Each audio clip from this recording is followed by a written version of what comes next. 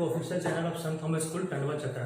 सो अभी आज हम लोग स्टार्ट करने जा रहे हैं 10th क्लास का मेटल एंड नॉन मेटल्स का पार्ट 3। ओके, सो हम लोग पार्ट 2 में क्या क्या देखे थे, सारा उसका प्रॉपर्टी देख लिए थे, फिजिकल प्रॉपर्टी मेटल और नॉन मेटल का।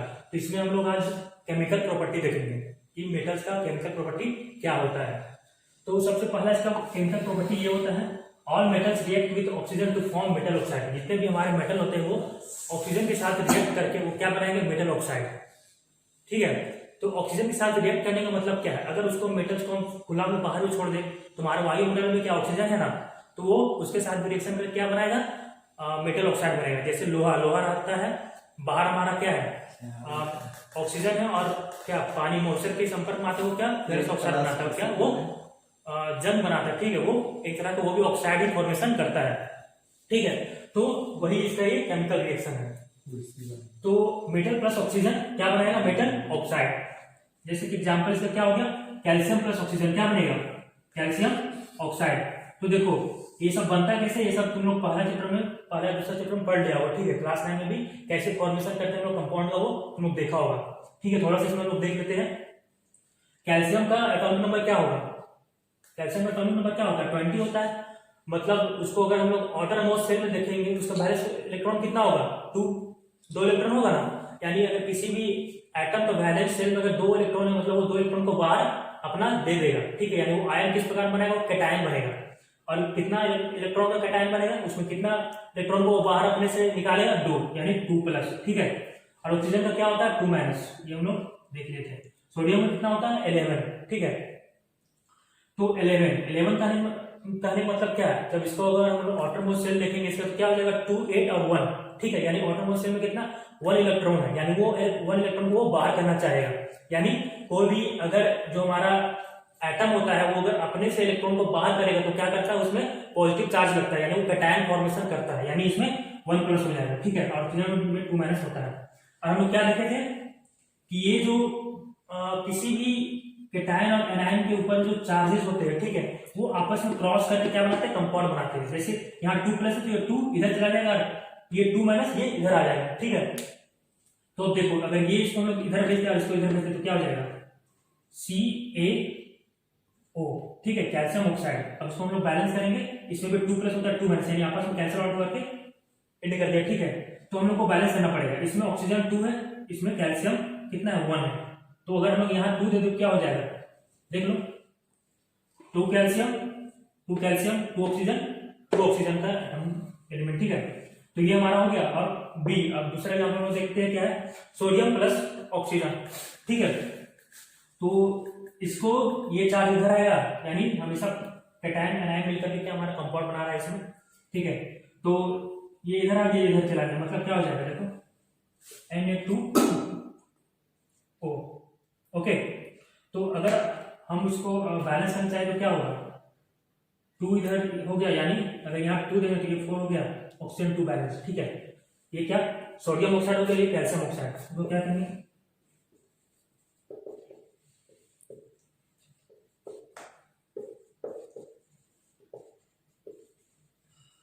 ये जो कंपाउंड बनता है तो पहले भी पढ़ चुका होगा। ठीक है, तो उसमें इतना डीप में जा रहे हैं। ठीक है, जनरल सिंपल्स बना करके हम निकल रहे। ठीक है, तो अब इसका अगला हम लोग प्रॉपर्टी देखेंगे।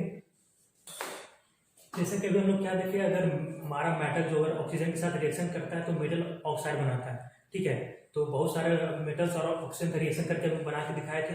उसी प्रकार क्या एल्युमिनियम भी मेटल है, अगर एल्युमिनियम भी ऑक्सीजन के साथ रिएक्शन करेगा तो क्या बनेगा, एल्युमिनियम ऑक्साइड। कॉपर भी क्या है मेटल, उसको भी अगर ऑक्सीजन के साथ रिएक्शन कराएंगे तो वो कॉपर ऑक्साइड बनेगा। ठीक है, तो जो हमारा मेटल ऑक्साइड जो बन रहा है वो उसका नेचर बेसिक जनरली होता है। ठीक है, हम लोग मानते हैं कि होता है, प्रैक्टिकल है कि उसका नेचर जो बेसिक होता है। बेसिक का मतलब क्या है, वो क्षारीय होता है। ठीक है, यानी उसको अगर एसिड के साथ रिएक्शन करेंगे तो वो सॉल्ट बनाएगा। ठीक है, और पीएच का यूज करके हम लोग बता सकते हैं कौन सा हमारा बेसिक और कौन सा एसिडिक है। तो हमारा पहला पॉइंट क्या है, मेटल ऑक्साइड का बेसिक इन नेचर, ये नेचर वो बेसिक होता है यानी क्षारीय होता है। मगर देखो कुछ ऐसे मेटल ऑक्साइड्स भी होते हैं जो कि हमारा बेसिक नेचर के साथ साथ एसिडिक नेचर भी शो करता है, और वैसे मेटल ऑक्साइड हम लोग क्या कहेंगे, एम्फोटेरिक ऑक्साइड्स। ठीक है, फिर से एक बार देख लो, एम्फोटेरिक ऑक्साइड्स इसको कहेंगे, वैसा मेटल ऑक्साइड जो एसिडिक भी शो करे और खुद को बेसिक भी शो करे। ठीक है, जैसे कि एग्जांपल क्या क्या है, एल्यूमिनियम ऑक्साइड और जिंक ऑक्साइड। जैसे एल्यूमिनियम ऑक्साइड को अगर हम लोग एसिड यानी HCl के साथ रिएक्शन करें, हाइड्रोक्लोरिक एसिड के साथ रिएक्शन करें, तो क्या बनेगा हमारा एल्यूमिनियम क्लोराइड प्लस वाटर। ठीक है, अब फिर यहाँ दिया हुआ अगर हम लोग एल्यूमिनियम ऑक्साइड्स को रिएक्शन करवाएंगे सोडियम हाइड्रोक्साइड, जो कि हमारा क्या बेस है, ठीक है, उसके साथ रिएक्शन करवाएंगे तो क्या बन रहा है हमारा सोडियम अल्यूमिनेट और H2O यानी पानी। ठीक है, अब हम लोग अगला देखेंगे। ठीक है, तो अभी हम लोग मेटल ऑक्साइड्स के बारे में देखें। मेटल जब हमारा ऑक्सीजन और मेटल मिलकर क्या मेटल ऑक्साइड बना रहा था। ठीक है, तो उसी का मेटल ऑक्साइड का कुछ हम लोग प्रॉपर्टी देखते चल रहे साथ में।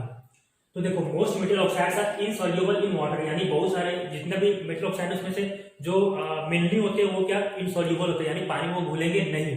मगर इसमें कुछ कुछ एक्सेप्शंस भी है जो मेटल ऑक्साइड होने के बावजूद वो पानी में घुल जाते हैं। कौन कौन से वो एक्सेप्शंस है देखो, सोडियम ऑक्साइड और पोटेशियम ऑक्साइड। ठीक है, तो अगर सोडियम ऑक्साइड को अगर पानी से रिएक्शन कराते तो क्या बना रहा है अल्कली बना रहा है। अल्कली मतलब क्या, हम लोग क्षारीय बेसिक को भी क्या हम लोग अल्कली कर सकते हैं। ठीक है, उसी प्रकार पोटेशियम ऑक्साइड को अगर पानी से रिएक्शन कर रहा है तो हमारा क्या पोटेशियम हाइड्रोक्साइड बना रहा है। तो यही इसमें कहा गया कि insoluble in water but some of this dissolve, यानी पानी में घुल जाता है टू फॉर्म अल्कली।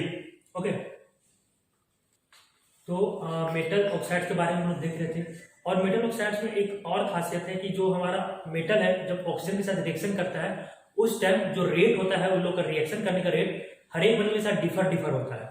यानी अगर हम लोग गोल्ड को ऑक्सीजन के साथ रख दे कितना भी हाई टेम्परेचर, वो कभी भी रिएक्शन नहीं कर पाता है। उसका रेट इतना स्लो है कि हम लोग पता नहीं कर पाएंगे, हजारों साल बाद वो रिएक्ट करेगा। ठीक है, और वही उसके जस्ट अपोजिट अगर क्या रखोगे पोटेशियम और सोडियम, अगर पोटेशियम और सोडियम को अगर हम लोग खुला भी अगर रख देना, यहाँ भी वायुमंडल में क्या ऑक्सीजन है, वो आपस में इतना जल्दी रिएक्ट करेगा कि वो जल जाएगा। इसी कारण हम लोग जो भी पोटेशियम और सोडियम होता है हम लोग केरोसिन तेल के अंदर रखते हैं। ठीक है, ताकि वो हमारा आसपास के वायुमंडल के संपर्क में ना आए। ठीक है, ठीक है, जैसे कि हमारे पास मेटल ऑक्साइड्स, हम लोग मेटल ऑक्साइड्स में और क्या क्या प्रॉपर्टी कुछ कुछ आ रहा था वो लोग देख रहे थे। तो उसमें कुछ कुछ मेटल ऑक्साइड्स ऐसे होते हैं ना, वो फर्दर अपना ऑक्सीडेशन से बचाने के लिए वो क्या करते हैं, खुद को वही ऑक्साइड्स का लेयर बना लेते हैं। जैसे उसको जो अगर कोई मेटल है हमारे पास और वो खुद को कोरिजन से बचाने के लिए अगर खुद के ऊपर खुद का ऑक्साइड्स का लेयर लगा लेता है, ठीक है, उसको प्रोसेस को हम क्या कहते हैं एनोडाइजिंग। जैसे कि anodising is a process of forming a thick oxide layer of aluminium. ठीक है, अगर वो एक खास एलिमेंट एल्यूमिनियम के लिए जो होता है। ठीक है, अगर हमारे पास एल्यूमिनियम है और वो खुद का ऑक्साइड के एक थिक लेयर खुद में बना लेता है ताकि वो फर्दर कोरिजन से बच सके, तो उस प्रोसेस को हम लोग क्या कहेंगे एनोडाइजिंग। ठीक है, तो अभी हम लोग देखने जा रहे हैं कि मेटल्स का केमिकल प्रॉपर्टीज क्या होता है। पहला हम लोग देख लिए, अगर मेटल ऑक्सीजन के साथ रिएक्शन करता है तो क्या बनाता था मेटल ऑक्साइड, उसमें क्या क्या और क्या क्या चीजें बांटे तो हम लोग देख लिए। अब हम लोग देखते हैं कि अगर मेटल हमारा वाटर के साथ रिएक्ट करेगा तब क्या करेगा। ठीक है, तो इसमें लिखा गया है if metal react with water to produce, तो क्या हमारा उत्पन्न होगा मेटल ऑक्साइड। ठीक है, अगर वो फर्दर उसका और होगा ऑक्सीडेशन तो क्या चलेगा वो metal hydroxide and hydrogen gas. ठीक है, यानी जब भी मेटल हमारा रिएक्शन करेगा पानी के साथ, ठीक है, वाटर के साथ, तो उसमें हमारा क्या मेटल ऑक्साइड या मेटल हाइड्रोक्साइड के साथ हमारा क्या हाइड्रोजन गैस का फॉर्मेशन होगा। ये जो हाइड्रोजन गैस में बहुत इंपॉर्टेंट है, बहुत सारे एग्जाम में ऑब्जेक्टिव के लिए आ जाएगा। ठीक है, कि अगर मेटल को हम लोग पानी के साथ रिएक्शन करेंगे तो कौन सा गैस निकलेगा, तो हम लोग कौन सा गैस निकलेगा हाइड्रोजन गैस। ठीक है, तो ये हम लोग एक सिग्मेटिक फॉर्म में लिख के दिए हैं। मेटल प्लस वाटर क्या होगा, मेटल ऑक्साइड बनाता है पहले, उसमें हाइड्रोजन गैस रिलीज होता है। ठीक है, और वही मेटल ऑक्साइड अगर एक्सेस ऑफ वाटर रहेगा तो क्या रिएक्ट करके फिर वापस मेटल हाइड्रोक्साइड बनाता है। तो हमारा जो फाइनल प्रोडक्ट होगा वो क्या बनता है मेटल हाइड्रोक्साइड और हाइड्रोजन गैस। ठीक है, तो इसका कुछ एग्जांपल हम लोग देख रहे हैं। और ये जो पानी हम लोग ले रहे हैं ना, पानी अगर हम लोग ठंडा पानी लेंगे तब कुछ ऐसे मेटल्स है जो बहुत जल्दी से तेजी से रिएक्शन कर पाते हैं और कुछ ऐसे मेटल्स है जो रिएक्शन कर ही नहीं पाते ठंडा पानी में। ठीक है, तो हम लोग आगे देख लेते हैं कि ठंडा पानी में कौन कौन सा मेटल है जो बहुत जल्दी रिएक्शन कर लेते हैं और क्या बनाते हैं। ठीक है, तो इसमें हम लोग देखते हैं कि अगर पोटेशियम और सोडियम जो कोल्ड वाटर में अगर रिएक्शन करेगा तो वो झट से क्या बना लेगा पोटेशियम हाइड्रोक्साइड और सोडियम हाइड्रोक्साइड और हाइड्रोजन गैस रिलीज करेगा। इतना वो जल्दी बनाता है, यानी वो इतना एक्सोथर्मिक रिएक्शन होता है। यानी एक्सोथर्मिक कहने का मतलब होता है किसी भी रिएक्शन से अगर हमारा ऊर्जा एनर्जी बाहर निकल रहा है, ठीक है, तो वो एक्सोथर्मिक रिएक्शन होता है। इसमें जो एक्सोथर्मिक जो हमारा हीट रिलीज हो रहा है वो किसके कारण हीट रिलीज हो रहा है, पहला तो ये हमारा बहुत जल्दी से हमारा रिएक्शन हो रहा है, और वो जो हाइड्रोजन गैस हमारा था ना, वो जल्दी से रिएक्शन होने के कारण ये आग पकड़ जाता है, ठीक है, ये जलने लगता है, यानी हाइड्रोजन गैस जलने लगता है, इसके कारण वो एक्सोथर्मिक रिएक्शन कहलाता है, ठीक है, क्योंकि उसमें हमारा इस टोटल रिएक्शन से हमारा एनर्जी बाहर निकल रहा है, ठीक है। एक और इसमें एग्जांपल है कैल्शियम प्लस पानी, ठीक है, अगर कैल्शियम को पानी के साथ रिएक्शन करेंगे तो हमारा कैल्शियम हाइड्रोक्साइड बनेगा और हाइड्रोजन गैस। देखो इसमें चीज नोटिस करो, इसमें हम हीट एनर्जी रिलीज हुआ वो नहीं लिखे, क्यों नहीं लिखे, क्योंकि ये जो पानी के साथ कैल्शियम रिएक्शन कर रहा है ये इतना वायलेंटली नहीं होता, ये थोड़ा धीरे धीरे रिएक्शन करता है, ठीक है, इसमें हाइड्रोजन गैस में आग नहीं लगता है, इस चलते हमारा हीट रिलीज नहीं हो रहा, तो ये एक्सोथर्मिक रिएक्शन नहीं कहलाएगा, ठीक है। तभी हम लोग देखेंगे कुछ ऐसे और एलिमेंट है जो ठंडा पानी से रिएक्शन ना करके गर्म पानी से रिएक्शन करेंगे, ठीक है। अभी हम लोग देख रहे थे कि अगर कोई मेटल पानी के साथ रिएक्शन करता है तो क्या क्या बनाता है। अभी हम लोग क्या देखें, अगर कोई मेटल पानी के साथ रिएक्शन करेगा तो वो उसका हाइड्रोक्साइड बनाएगा, मेटल हाइड्रोक्साइड बनाएगा, और क्या बनाएगा, हाइड्रोजन गैस बनाएगा। और वही अगर वो रिएक्शन इतना वायलेंट हो यानी एक्सोथर्मिक रिएक्शन हो तो क्या होता है, वो जो हमारा गैस हाइड्रोजन गैस होता था वो जल जाता था, ठीक है, और हीट रिलीज करता था। वो कोल्ड वाटर के साथ कुछ एलिमेंट करते थे, वो हम लोग पहले पढ़ लिए। अब हम लोग देखेंगे कि कुछ ऐसे एलिमेंट जैसे हॉट वाटर के साथ रिएक्शन करते हैं, जैसे एल्युमिनियम और फेरस, ठीक है, तो वो हॉट वाटर के साथ रिएक्शन करके क्या बनाएगा, उसका ऑक्साइड्स बनाएगा, ठीक है, और हाइड्रोजन गैस बनाएगा। ये जी मतलब गैस लिखा हुआ, एस मतलब सॉलिड फॉर्म में है ये, ठीक है, जी मतलब ये गैस है यानी वेपर में है, और ये एस क्या सॉलिड फॉर्म में है, ठीक है। तो और हमारे पास कुछ ऐसे भी एलिमेंट है कि ऐसे भी मेटल्स है जो ना तो हॉट वाटर के साथ रिएक्शन करेंगे ना ही कोल्ड वाटर के साथ रिएक्शन करेंगे, जैसे कि देख लो यहाँ पे lead, copper, silver and gold, okay. तो इसका अगला प्रॉपर्टी हम लोग